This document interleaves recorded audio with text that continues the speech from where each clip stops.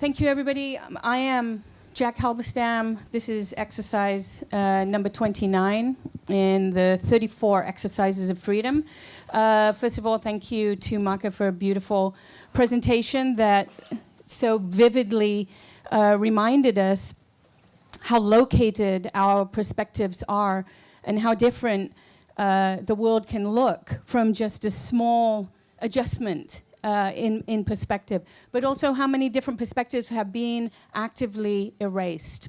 I'm going to today use the perspective of the transgender body to try to break open some similar questions to Maka, some questions that have been raised already at the Parliament of Bodies, some of the questions that Paul Preciado addresses in his work about how rapidly power changes in the world that we live in, and it changes so quickly that we similarly have to adjust in terms of thinking about modes of resistance, but also coming up with projects that narrate that change and that think through the kinds of bodies that we are, the kinds of subjects that we are asked to be, and ways in which we can or cannot opt out of subject forms that have been rehearsed for us. So my topic is not exactly the transgender body, so much as a body that I'm calling trans Asterix. And you don't actually see it there, but we'll get to it. I'm interested in why it is that we're suddenly so interested in the transgender body. Now, maybe that's not true in Greece, I'm not sure. But in the US, people have suddenly become deeply interested in whether trans people can go to the bathroom, right, in public places where the options are male and female, and a trans body feels caught between this binary system and therefore offers a very material challenge to that system. Now, what I want to do with that diacritical mark of the Asterix is hold on to the challenge that the trans body represents in the moment before it's quickly resolved by building a gender neutral bathroom or something. So if we think of the gender neutral bathroom as a way of neutralizing the dissent that the trans Asterix body actually represents, that's the kind of project that I want you to engage with me about. What if we were able to hold on to the illegibility of the body for a moment? And I'm somebody who, in my daily life, I will be called sir, madam, and many other things in between. And suddenly people will feel that they have made a mistake and they will want to correct it. What if gender is a mistake that can have no correction? What if what we need to correct is the world that we live in, everything that makes meaning of the body around the transgender body? So currently, in the US, we live in a moment where the state believes it can make the right intervention on behalf of trans people. It can advocate for a certain kind of toilet. It can offer legal rights and protection. And in doing so, it can fold trans bodies out of the realm of dissent and back into a space of consent and assimilation, and everything restabilizes.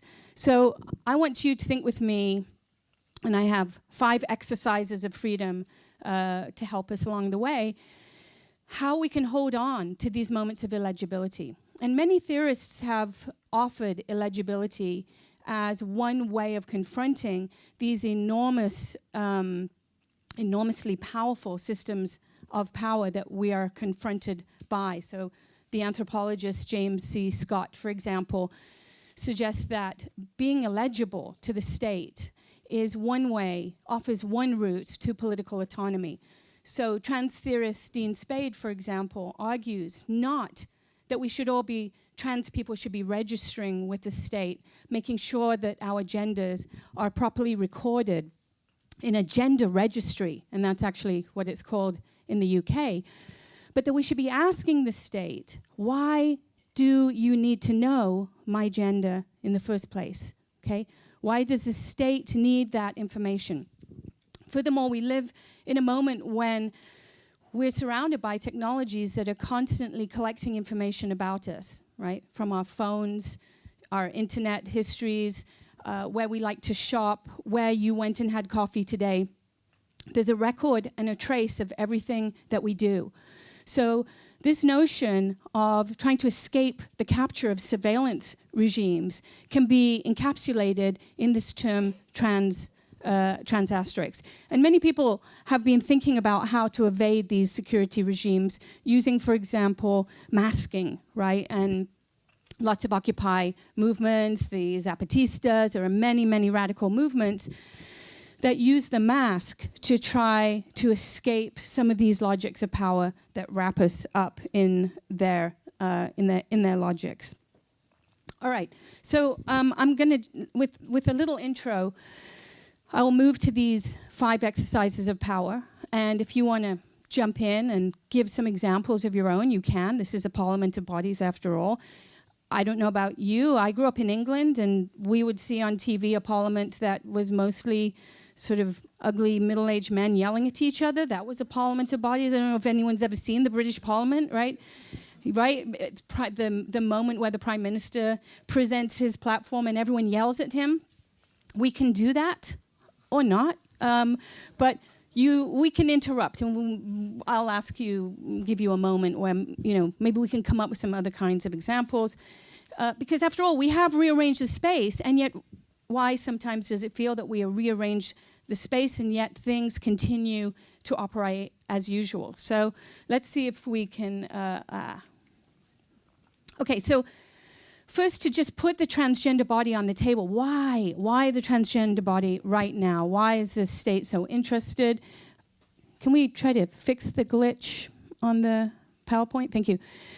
Transgender people, look, this is how assimilation works. Transgender people, guess what? You can join the American military too. Oh, wow, great. So now we can have trans people going to war on behalf of the US. This is how recognition works. You're offered a place in the system that your very existence is trying to confront, okay?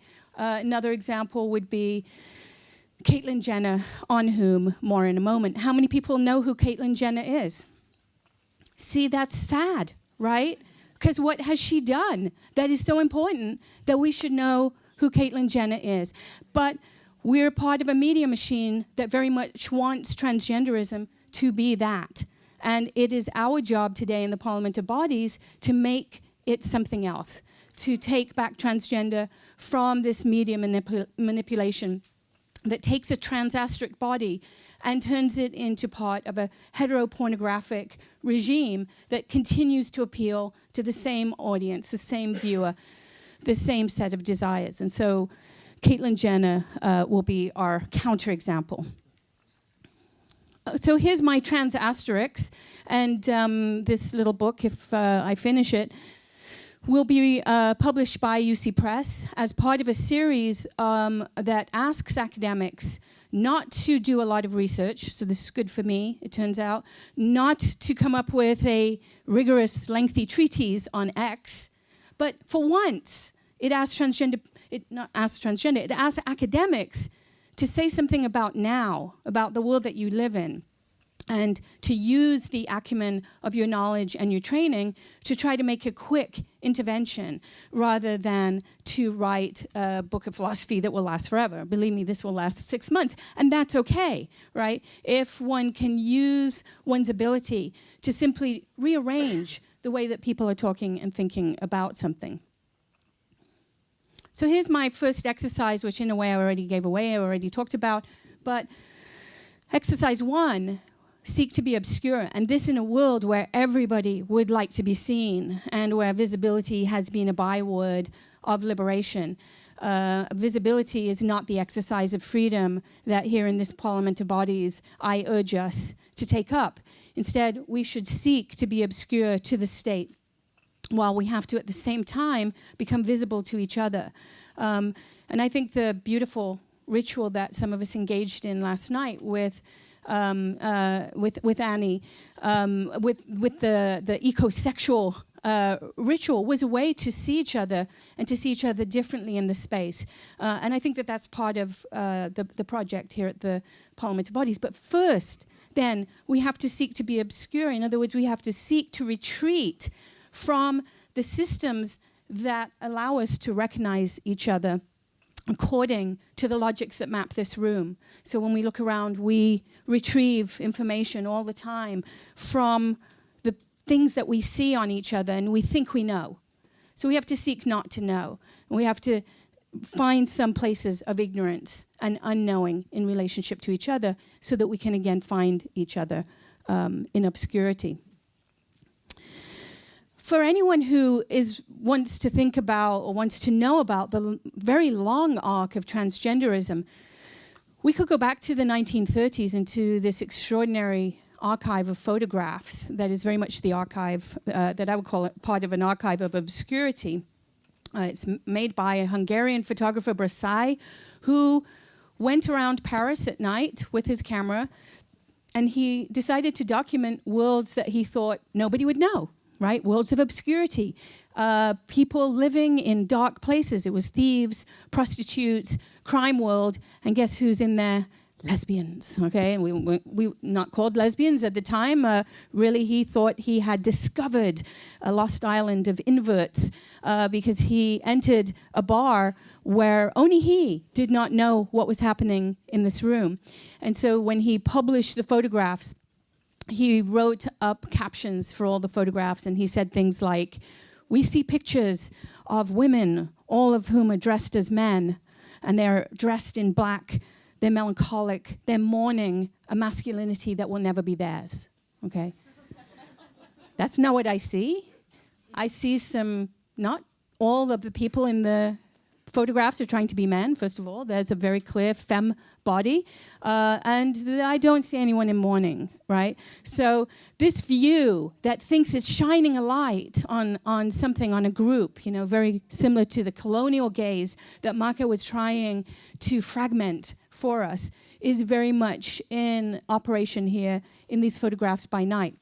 But it gives us a long arc of transgenderism. Transgenderism didn't happen with Caitlyn Jenner. Okay, gender variance has a long, maybe, a provenance of at least 100 years, and people argue about when we can say we first began to see transgender bodies. Why?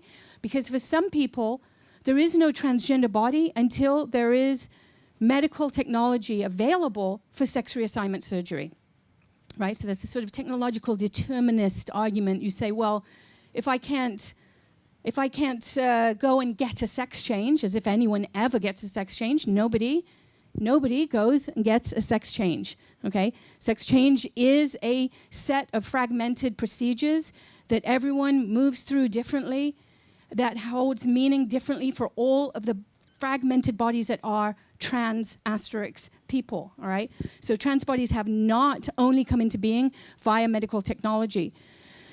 Others, like Preciado, will tell us also that there's a kind of a system of power, a pharmacopornographic regime, within which the trans body becomes known through the taking of hormones that radically transform the secondary characteristics of the body and make a kind of miraculous transformation that allows those bodies to pass, but only in the most casual of circumstances. So there's still a trans Asterix body despite the passing appearance of that trans person. In other words, the trans Asterix body offers a challenge to the classificatory systems that have made sense of gender for us. Okay, that's the argument that I want to link to this notion of the Asterix, the diacritical mark that puts into question what we even think we mean when we say trans. Trans is not a person. It's not a set of attributes. It's not an eternal longing that seeks satisfaction in a medical regime. It is the evidence of the arbitrary nature of the classification systems that we live with, on the one hand, and it is also evidence of their undoing. So why are we in a transgender moment? Not because Caitlyn Jenner suddenly decided to stand up and say, I am Kate, but because the classification systems from the end of the 19th century that we have used to make sense of our world have disintegrated in front of us. And we are left with this sort of disorder, disarray of bodies. That is our opportunity to remake the world. But first you have to unmake the world that you're in, okay? So in the past, trans people have been presented as monstrous, and this is just a great still from Dressed to Kill, and I like the blurriness of it. Some people will remember this great film, Dressed to Kill, where there are some serial murders going on, and it turns out that the serial murderer is a trans woman who murders women because he cannot be them, because she cannot be them. She is both a psychoanalyst as serial killer, I understand. I can see that. I'm sure Dressed to Kill, right? Trans person as killer, I can't be a woman, so now I'm going to go around and kill women. Not so much, okay? But it was these are interesting films. Why? Because they represent the trans person as angry, as violent, as saying no to the system within which she must represent the problem. Okay? So rather than just abandon this archive, this is the archive of the obscure, I say we embrace that archive rather than take a positive archive, Caitlyn Jenner, where you have a wonderful person who's living a good life as a citizen and leaves everything as is. Let's take the archive of the obscure and hold on to it because we may need the violence that it contains later on. Okay, so on my little trip through these exercises, I'm going to use the work of Alison Bechtel, of Nicole Eisenman, who is a MacArthur-winning artist who has been quietly, over the last 35 years, making extraordinary paintings of gender indeterminacy. And that's the kind of archive, like I hold on to the horror films, the Dressed to Kill, but I also look for these archives that are made by trans Asterix people themselves. Images that don't seek to resolve the question posed by the trans body, and images that give us access to other systems of classification. Can we have, okay. So I wanted to start, here's a great example of Nicole's work, and I'll, let's really see if we can resolve the glitch, please. Okay, this one is called From Success to Obscurity, and some people will recognize the image. What's the image? Does anyone know? The Thing. It's The Thing from Marvel Comics, from the Fantastic Four, right? There's a fantastic book about the queerness of superheroes. I think it's called Queer Super Mutants, something like this, by Ramzi Faraz. A fantastic book in which he traces the history of these superheroes and shows how they have within them a queer history of the refusal of the family, the refusal of normativity, and so on. The Thing is a perfect place to begin for a trans Asterix body. Anyone want to say, how does the Thing become this thing? Do you remember? Yeah, it's usually space, radiation. He's a pilot, and he's on a fantastic arc, a kind of Tom Cruise, Top Gun type of person. And then he goes through a radiation force field and ends up with this body, and his body becomes Thing. Right? And rather than seek to resolve it, he lives with the thingness of the body and turns it to his advantage. And the advantage is that he's very strong. He can't be seen. We don't know who he is. His identity is sort of masked and covered. But the stories that he's engaged in also ask us to see the vulnerability of this kind of thing-like body. So I really... I love this image. I love the title as well. From Success to Obscurity. Of course, the impulse within consumer culture is to go from obscurity to success. So this is our first reversal of power. What if we seek to go from success to obscurity? All right. I'm sure you have examples People can start thinking of examples of these exercises. After all, this isn't a constitution that we're making. We're not seeking to rule or to govern. We're seeking to disassemble and create for each other exercises. So I give you another one, and we'll see how we go. Exercise 2, come undone, together.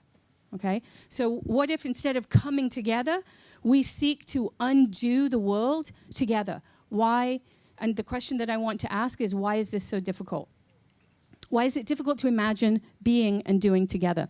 Here's another painting by Nicole Eisenman that we'll use to guide us through this particular history. Obviously, this is a citation of Hans Holbein the Younger and Peter Bruegel the Elder from the 16th century.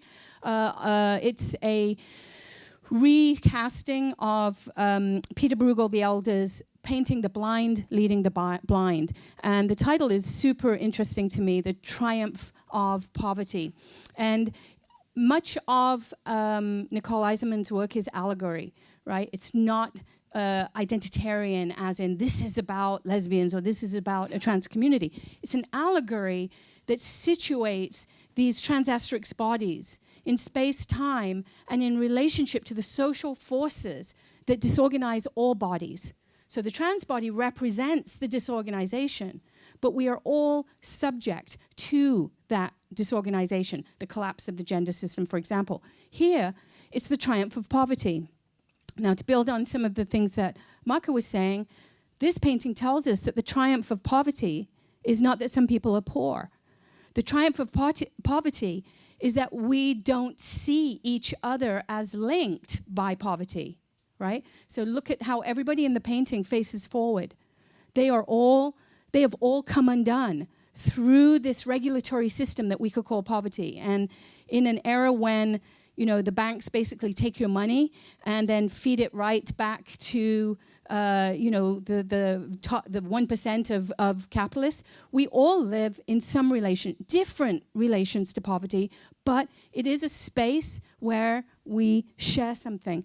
And this painting, through its sheer horizontality and with the force field being about looking forward, shows how completely disunified we've become, how difficult it is to find each other, to locate each other. And notice how this disorder is also represented as a back-to-frontness, right? The ass of the aristocrat faces forward. Everybody's body is located differently.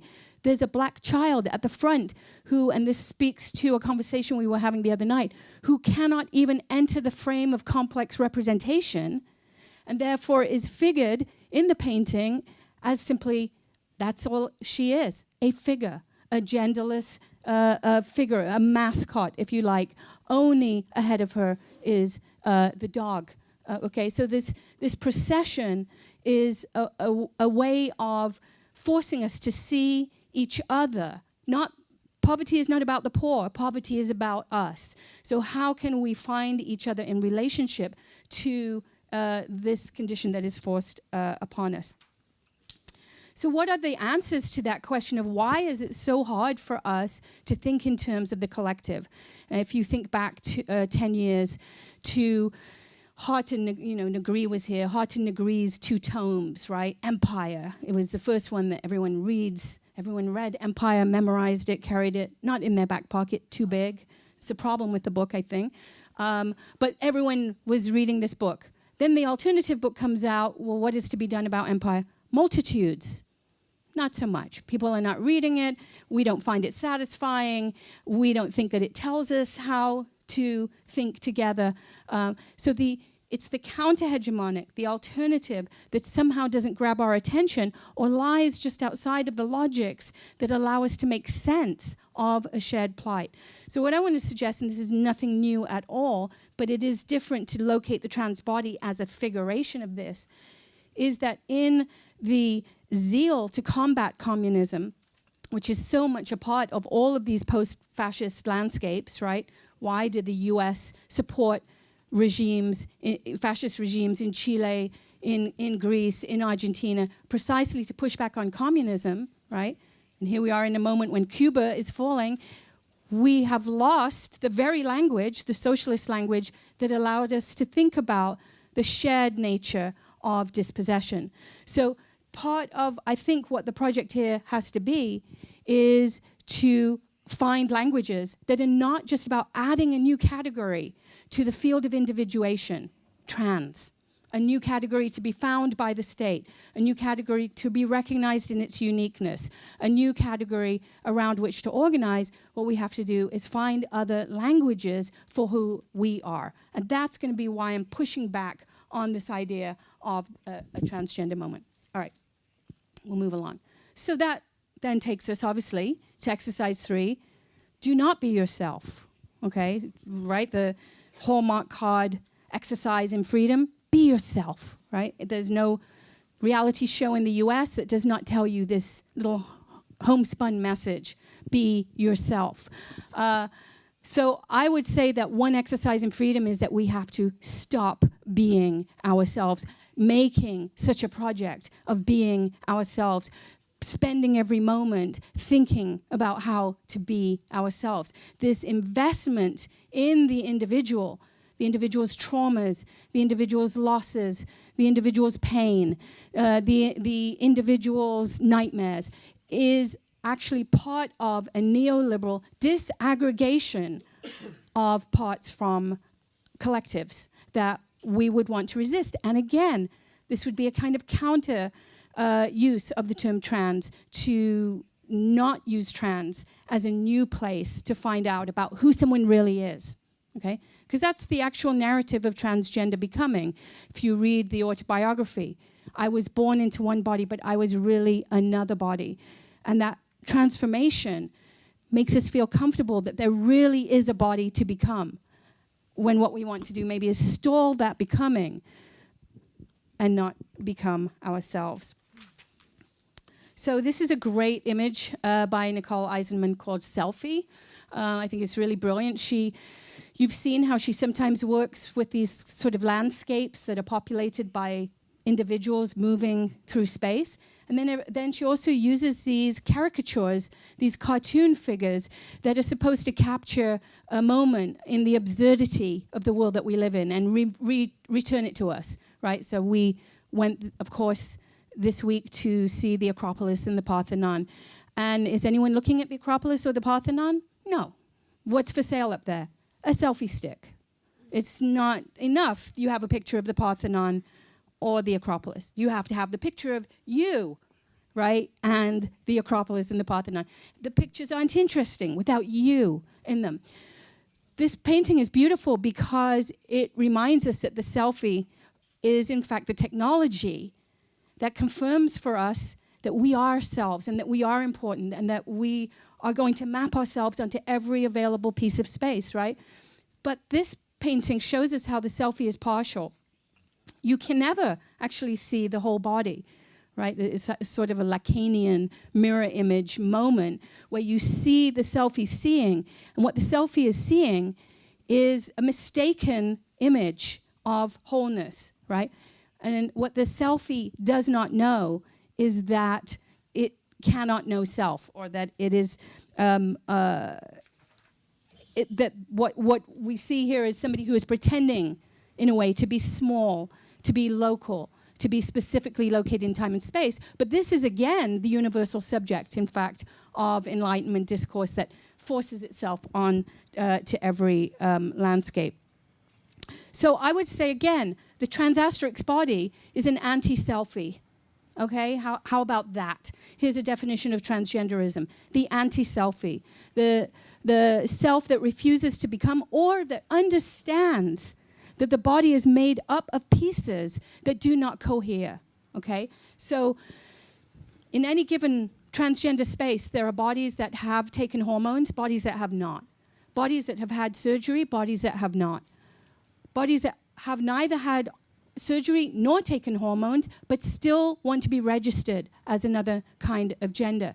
Those are bodies that refuse to register within the logic of the selfie. And that, I would say, is a kind of trans Asterix image. Here's another one. Oh, well, here's the one that we're supposed to want, right? So what's the opposite of the trans Asterix selfie? This, where you think you're seeing the whole, right? Vanity Fair, vanity, perfect. This sort of narcissism of looking. Call me Caitlin. It's a sort of, you know, Moby Dick. Call me Ishmael. This is announcement of self on a 19th century model. This is grand narrative of self, not small dismantling of self of the kind that we need in order to combat the self of the consumer market, the self that keeps us dispersed, the self-understanding that registers only in terms of being yourself. This is the monumental self, call me Caitlin. Of course, we're not seeing anything. We don't know, has she had surgery? We know, in fact, that the breasts are hormonally produced. And we also see that the modeling of womanhood is a conventional one. This isn't a remaking of womanhood. It is simply feeding into the logic that already exists. So here's Nicole Eisenman's trans selfie. Okay, another one. And this one is called Deep Sea Diver. And I think it's a really poignant image. Notice how flat it is. You know, a self-portrait should be well-rounded, three-dimensional. There should be perspective. It's very flat. And this is a very old style of diving suit. It's a, you know, when before we had all this equipment to go diving, you had to put weight around you in order to sink down to the bottom of the ocean. I used to have an Action Man doll that that you would put this kind of suit on. And I always thought this was a very, very sad suit. But I love to put it on my Action Man and make it sink to the bottom of my bathtub, right? So, but it's a reminder of how heavy the body is, how heavy it is to wear the body, that the trans Asterix person knows, but that other bodies forget, because there's a kind of supposedly a seamless relay of secondary and primary characteristics that allow you to understand yourself as woman or as man. This image reminds us that the body is heavy. It is heavy to wear the body, and that we sometimes have to move into and through elements that are not our elements, right? This deep sea diver is about to go into the ocean. I think that these trans Asterix bodies are calling for different systems of classification. So in the bathroom here, you'll see that Paul and others have changed the orientation of the bathrooms, right? You have to choose trans or feminist. Perfect, because every time you have to make that choice, you have to think about it, right? And you have to think about, what does it mean that I made the choice to use the trans room? And what goes into making that choice? The problem with the male-female bathroom is that only a few of us have to decide which one we will go in. We all should be making those choices all the time in relationship to the mapping of public space. Okay, you only have 5 exercises, so we're at number 4, so we're on the home stretch. We are not survivors, we are coping. So again, given the way that these social dramas play out nowadays on a small screen, really, survival is a word that is being taken up by many, many people in ways that I'm not so sure about, okay? I think there's a way in which we are losing sense of the scale of trauma, losing a sense of the scale of difficulty, and we are forgetting the way in which power distributes trauma, pain, vulnerability differently across different bodies. So for example, when we say that to be transgender is traumatic, we presume that all trans bodies are located in the same way in time and space, and this is completely inaccurate. The word that Nicole Eisenman uses, which is a word I think we should use more, is coping. Okay, it's also a word that Lauren Ballant uses in her work. If anyone knows Lauren Ballant's work, Cruel Optimism, she suggests that there are no possibilities any longer for pure optimism, for just hoping, for promising, for catapulting into a new political moment. There are only these small moments where maybe you hope for something, but even when you hope, that can be the site of your undoing. That's the argument that Lauren Ballant makes. Coping would be another one. And here we have this amazing, again, a kind of Bruegel-inspired painting in which the detritus of what? Nuclear waste, a mudslide, global warming, nuclear waste, sewage has flooded the streets. We see scenes like this on the news all the time. And again, it's the muck that actually joins us and links us to this apocalyptic fate that we are all managing and coping within, but also drowning and dying. There's a great poem by Stevie Smith called Not Waving, Drowning. And I think that that's a nice caption for a painting like this. So what if we get rid of these heroic narratives of survival and instead think about coping, managing, making it, those kinds of small acts of survival rather than the grand narratives that create new identitarian locations in the form that we call the survivor. And it's a particularly US thing that people, here in the belly of the beast in the US, that people constantly talk about being survivors. And again, we lose the scale of what survival might mean in different parts of the globe. And we need to break apart this category of transgender. So here's a quote that I want to read to you by Riley Snorton and Jin Hirita Warren, who remind us that transgender is also located within the necropolitical. All trans people, Caitlyn Jenner, are not located in relationship to poverty, victimization, violence, and vulnerability. Some trans people pass through the golden door offering you, goodies, prizes, rewards if you accept the protection of the state in return for performing the roles that have already been mandated. Instead, Snorton and Harita Warren say, we have to question a conception of transgender as first and foremost victimized. It is necessary to interrogate how the uneven institutionalization of women's, gays, and trans politics produces a trans-normative subject, okay? A trans-normative subject whose universalized trajectory of coming out and transitioning, visibility, recognition, protection, and self-actualization remains largely uninterrogated in its complicity and convergence with biomedical, neoliberal, racist, and imperialist projects. There is no site of pure political resistance, and the trans figure cannot serve as that site. Instead, as their work meticulously documents, trans people also must be located as complicit in racist and imperialist regimes rather than as a kind of pure location of otherness. That kind of fetishization doesn't help either. And they're also noticing that when we have statistics about violence against trans people, those statistics never tell us that 90% of all trans people who are subject to violence are people of color. That statistic seems so important and changes radically what we mean by vulnerability in relationship to the trans body. Okay, we've come to exercise number 5, and this is just frivolous and a little silly, hopefully, but there'll also be a Greek moment, so hold on. And this is something I think I really do believe in this exercise. Find beauty in the awkward, the lumpen, the misshapen, and the lost. Maybe I would call this a femme epistemology, using the work of, can I have my slide back, please? Using the work of Marca, that you can, a femme, after all, is going out with a masculine subject often, if she's in relationship to a butch or trans person, a masculine subject who has not been affirmed and recognized by the conventional logics of beauty. So what if we sought beauty in the awkward, the lumpen, the misshapen, and the lost? And somebody told me yesterday that the statue in the park out here has a graffiti inscription on it that says, "We dance because we are lost." And I think that's the kind, when we're all lost, that's the moment to dance, right? Here we all are, we're all lost, we're all together.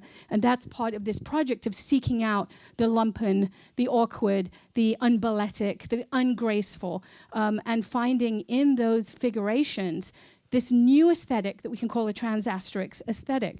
And I just give you a few final images from Nicole Eisenman to illustrate that.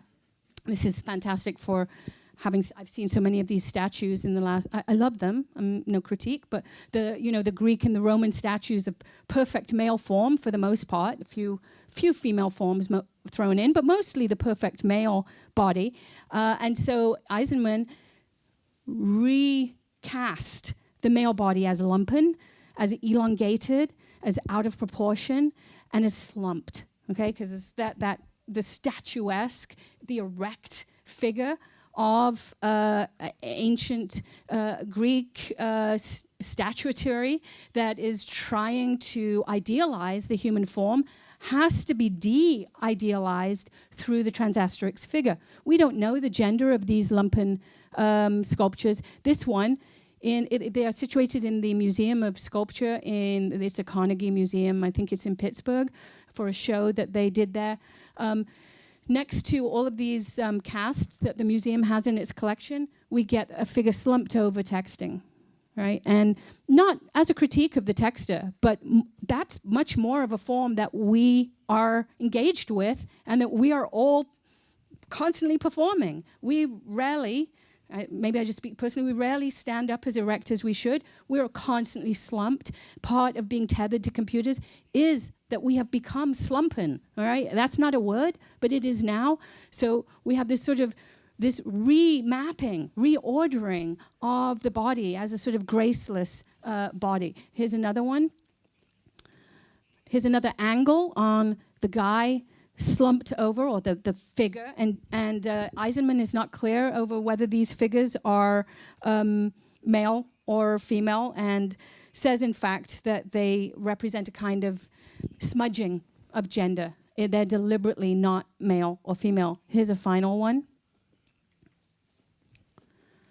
Guy with mugwort. That's where I would like to end. My very aheroic presentation is with a guy just lying. He's prone. He's the opposite. He's horizontal. Go back to the horizontality of those earlier paintings, the triumph of poverty, the people through the streets coping. This horizontality that tends to be associated with death is here a form of immovability, if you like, that I would associate with, say, the Occupy movement, where the form of political protest was not standing up, protesting and demanding, but was literally lying, sitting, dying, refusing to be moved, not presenting demands, refusing the language of political propulsion in favor of a sort of mass inertia.